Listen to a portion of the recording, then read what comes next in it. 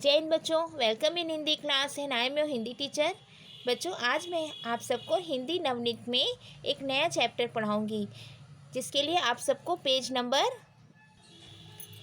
71 open करना है। पाठ का नाम है सकारात्मक विचारों के आधार। सकारात्मक विचार यानी बच्चों पॉजिटिव थिंकिंग। यानी हमें जब इस पाठ के अंतर्गत यह बताया गया है कि मनुष्य एक चिंतनशील प्राणी है और विचार कर सकना उसकी एक विशेष योग्यता है।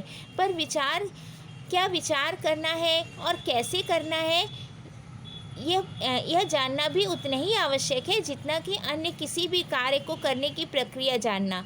तो बच्चों, आइए इस पाठ के अंतर्गत हम इन्हीं बातों को ध्यानपूर्वक समझेंगे। चलिए शुरू करते हैं। प्रत्येक व्यक्ति सुख का अभिलाषी है, किंतु सुख केवल वही पा सकता है जिसके विचार सकारात्मक हो।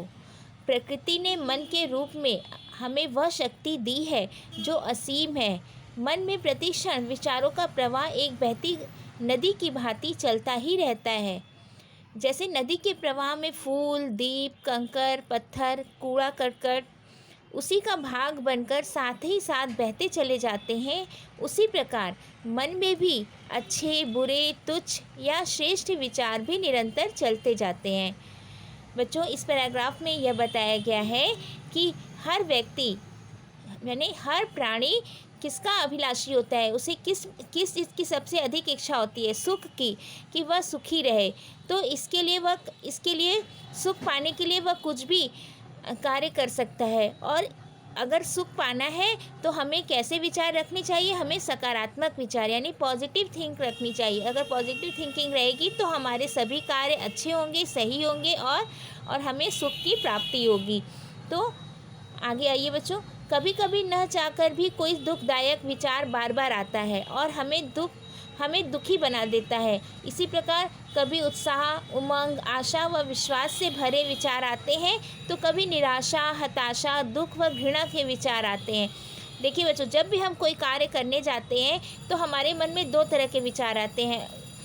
कभी जैसे सही भी विचार आते हैं और गलत भी विचार आते हैं। सही विचार यानी जिस कार्य को हम करने जा रहे हैं वह अच्छे से हो जाएगा और हमें सफलता मिलेगी, ये सही विचार है।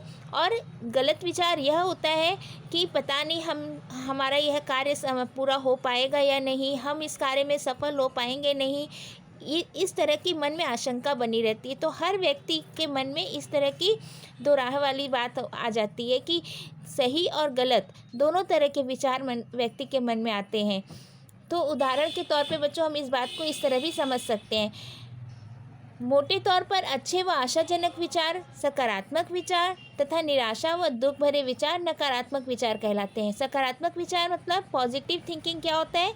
जैसे अच्छे विचार और आशाजनक विचार सकारात्मक विचार कहलाते हैं, जबकि निराशा व दुख से भरे हुए विचार नकारात्मक यानी नेगेटिव थिंकिंग कहलाते हैं।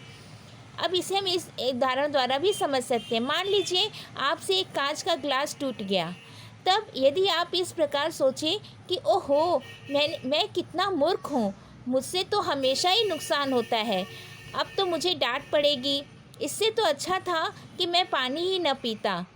यदि आप नकारात्मक विचार रखते हैं, इसके विपरीत यदि अगर बच्चों आपके मन में नकारात्मक विचार आएंगे ना, तो इस तरह के आपके मन में विचार आएंगे। और जब हम सकारात्मक सोचेंगे तो हमारे मन में कैसे विचार आएंगे?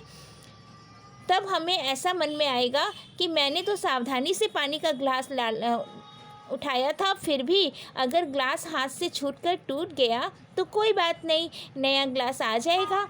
अच्छा हुआ कि कम से कम कांच तो हाथ में न लगा, वरना खून भी निकलता और दर्द भी होता।